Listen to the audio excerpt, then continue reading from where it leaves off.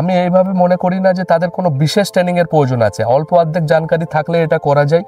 আর এতে ব্যাপক কিছু মানে পড়াশুনো করতে হবে এই সেই ওরকম কিছু নেই। সামান্য কিছু জ্ঞান থাকলেই করা যেতে পারে। যদি সে মনে করে যে না আমি চাষ সম্পর্কে কিছু বুঝি না, তাকে প্রাথমিক বেস থেকে পুরো লাস্ট পর্যন্ত যত রকম সহযোগিতা দরকার আমি করে দেবো, এবং এর জন্য কোনো শুল্ক লাগবে না, স্রেফ মানে একদম বিনামূল্যে আমি এটা করে দেবো। আচ্ছা, স্রেফ এই জন্য এই সাথে যে আমাদের চাষটাকে আগে বাড়াতে হবে এবং এই চাষের মাধ্যমে বেকারত্ব দূর করতে। একদম একদম। বর্তমান সময়ে যুব সমাজের মধ্যে চাষাবাদের প্রতি আগ্রহ ক্রমশ বৃদ্ধি পাচ্ছে, আর তারা নিজেরাই স্বাবলম্বী হতে চায় এবং কৃষির মাধ্যমে সফলতার পথ খুঁজছে। চাষাবাদ বর্তমানে দুইভাবে হয়ে থাকে, কেউ রাসায়নিক সার ব্যবহার করে, আবার কেউ সম্পূর্ণ অর্গানিক পদ্ধতিতে চাষ করে। আমরা আমাদের চ্যানেলে আগেও অর্গানিক ফার্মিং সম্পর্কে বেশ কিছু ভিডিও প্রকাশ করেছি। আজ আমরা আবারও এরকম একটি অর্গানিক ফার্মিং রিলেটেড ভিডিও নিয়ে চলে এসেছি। আজ তেমনই একটি বিশেষ ফার্ম পরিদর্শনে আমরা এসেছি। লাইফ লেসন স্টুডিওর পক্ষ থেকে আমরা আজ উপস্থিত হয়েছি এজে বেঙ্গল ফার্মে। সেখানে কথা বলে নেব এই ফার্মের কর্ণধার নাজিবুল্লাহ বাবুর সাথে। তিনি কিভাবে এই ফার্ম শুরু করলেন, কি পদ্ধতিতে চাষ করেন এবং নতুন চাষিদের জন্য কি পরামর্শ দেবেন, এইসব জানবো এই সাক্ষাৎকারে। তাহলে আর দেরি না করে চলুন ভিডিওটি শুরু করা যাক। নমস্কার দাদা, প্রথমে যদি আমাদের দর্শকদের উদ্দেশ্যে আপনার নাম এবং আপনার ফার্মের নামটা বলেন। নমস্কার দাদা, আমার নাম মোহাম্মদ নাজিবুল্লাহ, আর আমি এজে বেঙ্গল ফার্মের মালিক। আর আমাদের এখানে মূলত আমরা প্রথমে ফার্মিংই করতাম। ফার্মিংয়ের পরে আমরা মোটামুটি নার্সারির দিকে আপাতত স্টার্টিং করছি। 2 বিঘের উপরে নার্সারিটা করা হচ্ছে, আর মোটামুটি 4-4.5 বিঘের উপরে আপাতত ফার্মিং আছে। তো 6-6.5 বিঘে মোটামুটি আমরা এখন আপাতত আমাদের ফার্মের উপরে কাজ করছি। আচ্ছা। আর মূলত আমরা চাষটা অর্গানিকের উপরে করতে চাইছিলাম। 2015 সালের পর থেকে আমরা অর্গানিকের দিকে বেশি ঝুঁকে এসেছি। আগে চাষ করতাম রাসায়নিক সার দিয়ে, বিভিন্ন রকম প্রবলেম এসেছে। তো আগে গিয়ে আমরা চাইছি টোটালটা অর্গানিক করতে, আস্তে আস্তে অর্গানিকের দিকে চলে এসেছি। এখন আমরা মোটামুটি অর্গানিকের ধরতে গেলে প্রায় 50% অর্গানিকের উপরেই চলছি। তো অর্গানিক ফার্ম যেটা করতে দরকার সেগুলো অনেকটাই আমরা শিখে ফেলেছি আর করছি। এটা হচ্ছে কি, আপনি এই ফার্মিং কবে থেকে স্টার্ট করেছেন? অ্যাকচুয়ালি আমাদের ফার্মিংয়ের আমার বাবা করতো, দাদু করতো, এইভাবেই আমাদের পূর্বপুরুষ ধরে ফার্মিংয়ের উপরেই সব কিছু আছে। তো আমরা দেখলাম যে দাদু বাবারা যেভাবে করছে সেভাবে করে সেই প্রফিট পাওয়া যাচ্ছে না।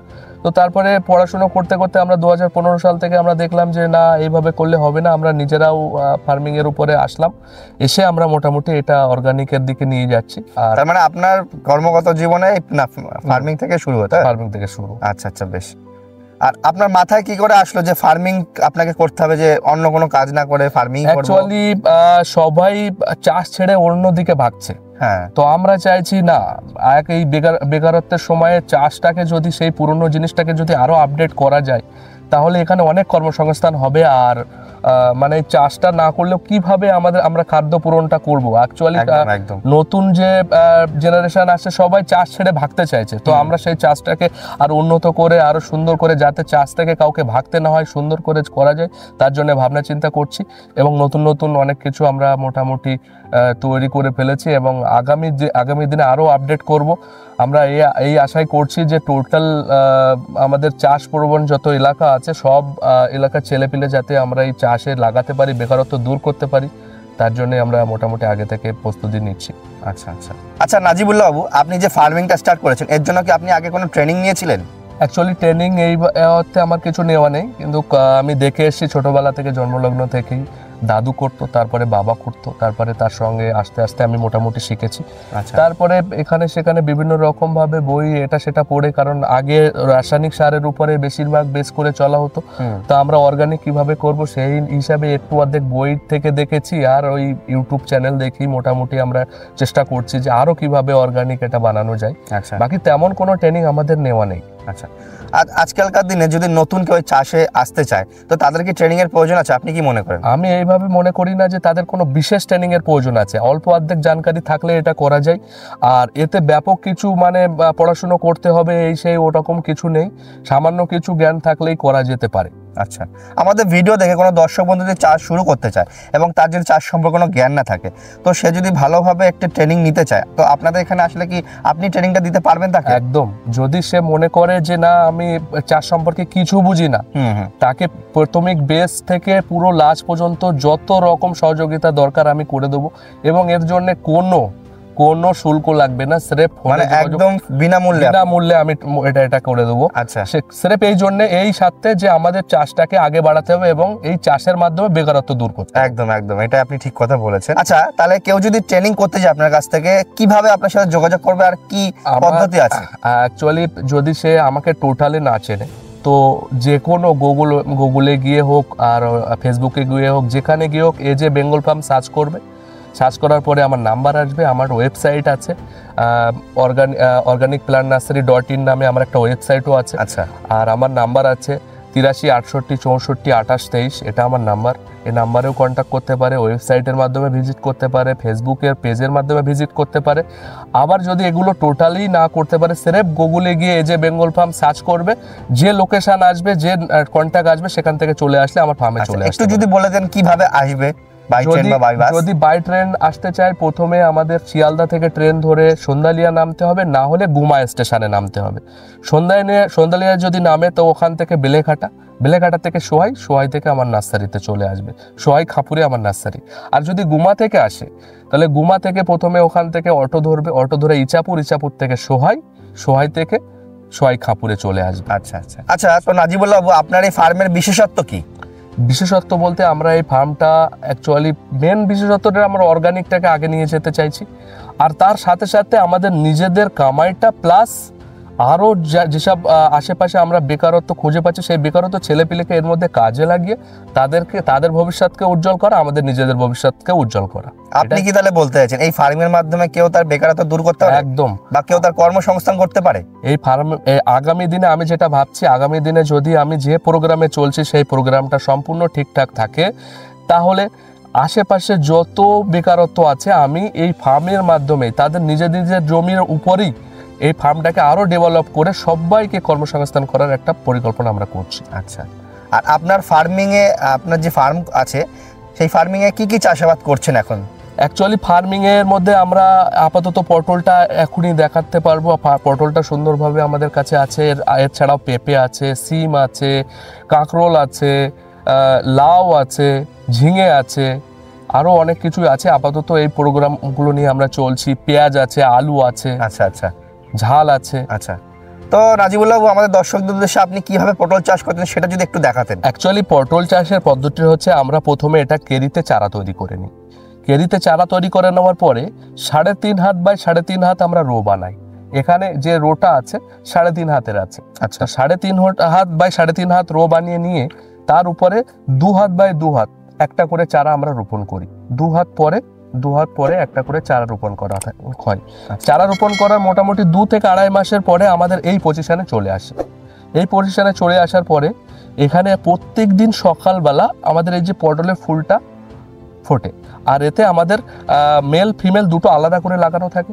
প্রতিদিন সকালবেলা আমরা এসে প্রথমে মেল ফ্লাওয়ারটা কালেক্ট করে নিয়ে ওর পরাগগুলো নিয়ে আমরা একটা জলের মধ্যে গুলে নিয়ে সেটা দিয়ে ফিমেলের যত ফিমেল ফ্লাওয়ার আছে প্রত্যেকটাকে ফ্লাওয়ার মেলোয়েশন করিয়ে দিই। আচ্ছা, ফ্লাওয়ার মেলোয়েশন করার পরে প্রত্যেকটা দিন এটা করা হয়। যেটা আজকে ফ্লাওয়ার মেলোয়েশন করা হয়েছে সেটা 1 সপ্তাহ পরে পুরো রেডি হয়ে যায়। আমরা এটা কি করি, প্রত্যেক সপ্তাহে একবার করে হারভেস্টিং করি। তো আমরা যেটা দেখেছি, এই হারভেস্টিংয়ের যদি আমরা 1 বিঘাতে প্রত্যেক সপ্তাহে হারভেস্টিং করি তো মোটামুটি 15 থেকে 20 মণ করে, মানে এক বিঘাতে 15 থেকে 20 মণ করে আমাদের এটা হারভেস্টিং হয়ে যায়। তো সপ্তাহে একদিন হারভেস্টিং করা হয়। আর এই যে পটলটা দেখানো হচ্ছে, এখানে আপনারা দেখতে পারবেন যে প্রচণ্ড পরিমাণে ফুল হয়ে রয়েছে, ফ্লাওয়ারে চলে এসছে। আর ফ্লাওয়ারে আমরা ফ্লাওয়ার মেলোয়েশন করে দিয়েছি। আমরা ফ্লাওয়ার মেলোয়েশনে করার সময় আমাদের মিস্টেক যাতে না হয়ে যায়, আমরা এতে সামান্য একটা মানে কালার ইউজ করি। কালারটাও আমরা অর্গানিক করি। কিভাবে না, আমাদের সন্ধ্যা ফুল বলে একটা ফুল পাওয়া যায়, সেই ফুলটাকে আমরা ছিঁড়ে নিয়ে এর যে জল আমরা মিক্সিং করি, মেল ফ্লাওয়ারের যে পরাগটা আমরা মিক্সিং করি, সেই সময় ওই ফুলের রসটাতে দিয়ে দিই, তাতে আমরা একটা কালার পাই। সেই কালারটার জন্য দেখেন এখানে দেখতে পাবেন প্রত্যেকটা ফুলে লাল কালার হয়ে আছে হালকা হালকা করে। তো এই লাল কালারের জন্য কি হচ্ছে, ওখানে আমরা বুঝতে পারছি যে এই ফুলগুলো আমরা মেলোয়েশন করে ফেলেছি, তো বাকিগুলো আমাদের করতে সুবিধা হয়। আর এই ফ্লাওয়ার মেলোয়েশন এইভাবে করলে কি হয়, দেখা যায় যে প্রতিটা ফুলে পটল সাকসেসফুল সাকসেসফুল হয়, আচ্ছা একটাও মিস হয় না। আচ্ছা আচ্ছা তো এখানে আপনারা দেখতে পাবেন যে যতগুলো ফুল আছে প্রত্যেকটাই পটল সাকসেসফুল হয়ে আছে। আচ্ছা আচ্ছা, এই পটল কি 12 মাসই হয়? অ্যাকচুয়ালি যদি আমরা 12 মাসই করতে চাই 12 মাসই হয়।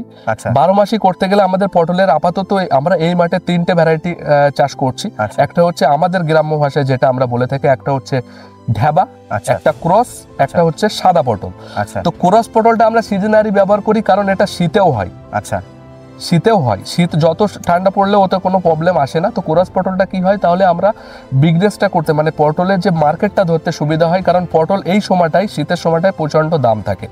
তো যেহেতু কোরাস পটলটা সিজন মানে ঠান্ডাতেও হয়, ওই জন্য কোরাস পটলটা এই সময় করা হয়। আর সাদা পটলটা অ্যাকচুয়ালি 12 মাস হতে থাকে, আচ্ছা কারণ সাদা পটলে কোনো এরকম হয় না, কিন্তু ঠান্ডার সময় একটু কম হয় বলে আমরা ঠান্ডার সময় বিশেষ করে এই সাদা কোরাস পটলটা করে থাকি। আর ঢাবা পটলটা একটু গরমে ভালো হয়। তো ঢাবা পটলের মার্কেট মোটামুটি ঠিক থাকে, কিন্তু কোরাস পটলের গরমের সময় অতটা মার্কেট পাওয়া যায় না, আচ্ছা যেহেতু এর ফলনটা অত্যাধিক বেশি। আচ্ছা আর সাদা পটলটা 12 মাস পাওয়া যায়, সাদা পটলের দাম সব সময় বেশি থাকে। আর ওটা 12 মাসের জন্য যদি কেউ মনে করে যে আমি পটল চাষটা 12 মাস করব, তাহলে তাকে আমি বলবো যে সে যেন সাদা পটলই করে। আচ্ছা বেশ। মাচা পটল, আর সাদা পটলটা অ্যাকচুয়ালি মাচার জন্য ব্যবহার হয়। ওটা সাদা পটলটা একটু মাচা দিতে হবে। এই হলো মাচা পটল, এটা হচ্ছে সাদা। তো এই সাদা পটলটা আমরা মাচায় করে থাকি। তো এতে কি হয়, গ্রীষ্ম বর্ষা শরৎ যখনই হোক এর মাচার উপরে পটলটা হয়, কারণ বর্ষাতে পটল অনেকটা কি হয়ে যায়, বর্ষার জলে গিয়ে খারাপ হয়ে যায়। কিন্তু এখানে যদি আমরা মাচা দিয়ে করতে থাকি তাহলে এটা খারাপ হয় না, কারণ বর্ষাতেও আমরা এটা ভালো বিজনেস নিতে পারি, কারণ বর্ষাতে এই মাচার উপরে প্রচণ্ড ফল আসে। তো যদি কেউ মাচার উপরে বর্ষাকালেও পটলটা চাষ করতে চায়, তাকে বলবো আমি সাদা পটল করতে আর মাচা দিয়ে বানাতে। অ্যাকচুয়ালি আমরা অর্গানিক করার জন্য, অর্গানিকটাকে আরও ভালোভাবে করার জন্য আমরা মিক্সিং ফার্মিংও করছি। মিক্সিং ফার্মিংয়ে কি সুবিধা হয়, যে এই যে পটলটা চাষ করা হয়েছে, পটল চাষের সাথে সাথে আমরা এখানে পেঁয়াজ রসুন সব একসঙ্গে লাগিয়ে দিয়েছি। এটা আছে রসুন, এখানে পেঁয়াজ। এর ফলে কি সুবিধা হয়েছে, যে পেঁয়াজ রসুনের একটা ঝাঁজ, এর উপরে একটা ঝাঁজ আছে, সেই ঝাঁজটা কি হয়, এতে কীট পতঙ্গ আসতে বাধা দেয়। আমি কীট পতঙ্গ আসতে চাই না, কারণ এর একটা ঝাঁজের জন্য এটা কীট পতঙ্গ এতে আসতে চায় না। তো এর জন্য আমরা পটলের সাথে সাথে মিক্সিং ফার্মিংও রেখে দিয়েছি, এতেও মোটামুটি একটা বেনিফিট চলে আসে। আচ্ছা নাজিবুল্লাহ বাবু, কেউ যদি এই ফার্মিংটাকে পেশা হিসেবে বেছে নিতে চায়, তো তার প্রাথমিক অবস্থায় কত ইনভেস্ট করতে হবে? অ্যাকচুয়ালি যদি তার নিজস্ব জমি থাকে, তো প্রাথমিক স্তরে তেমন কোনো ইনভেস্টমেন্ট এতে নেই, শুধু বীজটা কেনা। আর নিজে যদি করে ছোট একটা জমিতে, মনে করা যাক যে একটা 10 কাঠা জমিতে সে পটল চাষ করবে, বা কপি চাষ করবে, বা কচু চাষ করবে, বা ওল চাষ করবে, যদি এই টাইপের চাষ করতে চাই, যদি পটল চাষ করতে চাই, তেমন কোনো ইনভেস্টমেন্ট নেই। শুধু ওর যে লতা কিনে যেটা লাগাতে হয়, সেটা হয়তো খুব যদি বেশি লাগে তো 10 কাঠা জমিতে 300 থেকে 400 টাকা লাগে।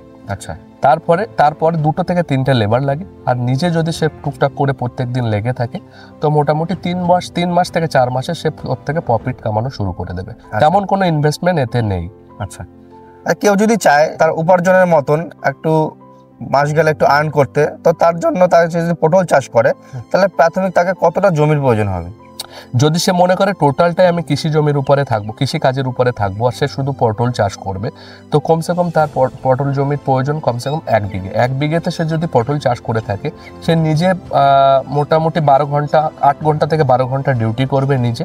সেই 8 ঘন্টা থেকে 12 ঘন্টা ডিউটি করার মাধ্যমে টোটাল 1 বিঘে জমিতে সে সারা বছর তার মোটামুটি একটা জীবন কাটাতে যেটা অর্থ প্রয়োজন সে উপার্জন করতে পারবে। আচ্ছা বেশ। আচ্ছা নাজিবুল্লাহ বাবু, এই ফার্মিং এর জন্য কি কোনো লোন পাওয়া যায়? অ্যাকচুয়ালি আমি এখনো পর্যন্ত ওই পজিশনে যাইনি, কারণ আমার লোনের প্রয়োজন হয়নি এখনো পর্যন্ত। তবে আমি শুনেছি যে সরকারের এগ্রিকালচারের বিভিন্ন ডিপার্টমেন্টের থেকে বিভিন্ন রকম লোন দেয়, যেমন কিষাণ ক্রেডিট কার্ড আছে।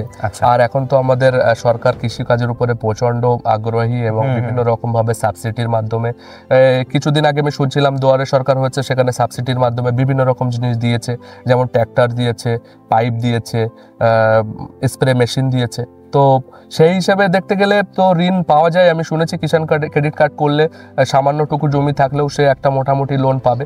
যদি কেউ লোন নিয়েও করতে চায়, তো তার ব্যবস্থা করবে ব্যাংকে কিষাণ ক্রেডিট কার্ড করলে একটা ছোটো মোটো অ্যামাউন্ট সে পেয়ে যাবে, কোনো অসুবিধা হবে না।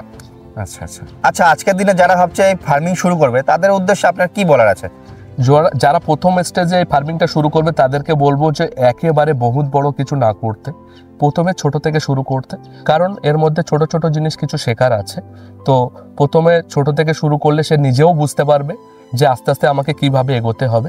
তো যারা প্রথমে আসতে চাইছে আমি তাদেরকে বলবো 10 থেকে 12 কাঠা জমি নিয়ে শুরু করুক, তারপরে যদি তাদের প্রবলেম হয় আমার কাছে কন্ট্যাক্ট করুক, আমি মোটামুটি তার প্রত্যেকটা মানে স্টেপ বাই স্টেপ বুঝিয়ে দেবো। আস্তে আস্তে বড় করলে কোনো অসুবিধা হবে না। আর সে যদি নিজেকে মনে করে যে আমি একটা বহুত বড় ফার্ম করব, অবশ্যই করতে পারে। প্রথমে ছোট ছোট ধাপে এগোতে থাকবে এবং সুন্দর করে গুছিয়ে কাজটা করলে কোনো অসুবিধা হয় না। আর বিশেষ করে এটার যদি প্রাকৃতিক দুর্যোগের উপরে আমরা না পড়ি, কোনো সময়ই লস হবে না। আচ্ছা, বেশ। আচ্ছা নাজিবুল্লাহ বাবু, আমরা অনেক দেখেছি যে যারা নতুন চাষাবাদ শুরু করেছে কিন্তু সেই চাষিরা তাদের হাল ছেড়ে দিচ্ছে, এটার উপর আপনি কি বলতে চান? অ্যাকচুয়ালি যারা হাল ছেড়ে দিচ্ছে তাদের জন্য আমি বলবো যে হাল ছেড়ে দেওয়ার ব্যাপারটা না, হয়তো সে প্রথমে শুরু করেছে, কোনো একটা প্রাকৃতিক দুর্যোগ এসে বা কোনো একটা ডিস্টার্বেন্স ফিল করেছে, তারপরে সে ছেড়ে দিচ্ছে। তো এটা করলে হবে না। অ্যাকচুয়ালি আমাদের ফার্মিংয়ের উপরে কি হয়, প্রথম স্টেপে ভুল হতেই পারে, তার জন্য তার প্রবলেম হতে পারে। দ্বিতীয় স্টেপের নিঃসন্দেহে এটা ভুলটা অনেকটা কমে যাবে, তৃতীয় স্টেপে সম্পূর্ণ সাকসেস হবে। যারা এটা ফার্স্ট স্টেপে করে ছেড়ে দিচ্ছে তাদেরকে আমি বলবো যে এটা না করতে। আর কিছু একটা মানে যদি খুব প্রবলেমে ফেস করে আমার সঙ্গে কন্ট্যাক্ট করুক, আমি তাদেরকে বুঝিয়ে বলে দেবো এটা থেকে না সরে যাওয়াই বেটার। কারণ এটা ছাড়া আগামী দিনে আমি যেটা দেখতে পাচ্ছি, এটা ছাড়া আর কোনো পথ নেই। একদম। তো দর্শক বন্ধুরা, আপনারাও যদি এরকম চাষাবাদ করে থাকেন এবং আপনাদের যদি চাষাবাদে কোনো সমস্যা হয়ে থাকে তো হাল ছাড়বেন না, অবশ্যই নাজিবুল্লাহ বাবুর সাথে যোগাযোগ করবেন। তিনি আপনাদের সঠিক পরামর্শ দিয়ে আপনাদেরকে গাইড করবেন। তো নাজিবুল্লাহ বাবু, আপনাকে অসংখ্য অসংখ্য ধন্যবাদ আপনার বহুমূল্যবান সময় দেওয়ার জন্য। অসংখ্য ধন্যবাদ। আমরা চাই যে আপনার ফার্মিংটা যেন আরও এগিয়ে যায়। ঠিক আছে, দর্শক বন্ধুদের জন্য আমি আর একটা মেসেজ দিতে চাইবো যে আগামী দিনে যা মোটামুটি পরিবেশের ভাবগতি দেখতে পাচ্ছি, আমরা কৃষিটাকে আরও আগিয়ে নিয়ে যেতে চাই। আর সবাইকে বলবো যে কৃষির প্রতি আগ্রহ হতে, আর আগ্রহ হতে গিয়ে কী কী প্রয়োজন যদি মনে হয় যে কেউ বুঝতে পারছে না, অবশ্যই আমার সঙ্গে কন্ট্যাক্ট করবে। না হলে এখন তো বিভিন্ন রকমভাবে এগ্রিকালচার ডিপার্টমেন্টের উপরে সরকার কাজ করছে, সেখানে গিয়ে কন্ট্যাক্ট করুন। প্রিয় দর্শক, আজকের ভিডিওতে আপনারা দেখলেন যে সঠিক পরিকল্পনা এবং পরিশ্রমের মাধ্যমে ফার্মিং করে নিজস্ব কর্মসংস্থান গড়ে তোলা সম্ভব। আশা করি এই ভিডিও আপনাদের অনুপ্রেরণা যোগাবে। তো আজকের ভিডিওটা যদি আপনাদের ভালো লেগে থাকে, যারা ইউটিউব থেকে দেখছেন তারা আমাদের চ্যানেলটি সাবস্ক্রাইব করে দেবেন, যারা ফেসবুক থেকে দেখছেন আমাদের পেজটি ফলো করে দেবেন। এরকম আরও অর্গানিক্যালি ভিডিও পেতে আমাদের চ্যানেলটিকে অবশ্যই ফলো করে রাখুন। আমাদের চ্যানেলে আরও পরবর্তী সময়ে এরকম অর্গানিক্যালি ভিডিও আসতে চলেছে। তো ততক্ষণ আপনারা ভালো থাকুন, সুস্থ থাকুন। ধন্যবাদ।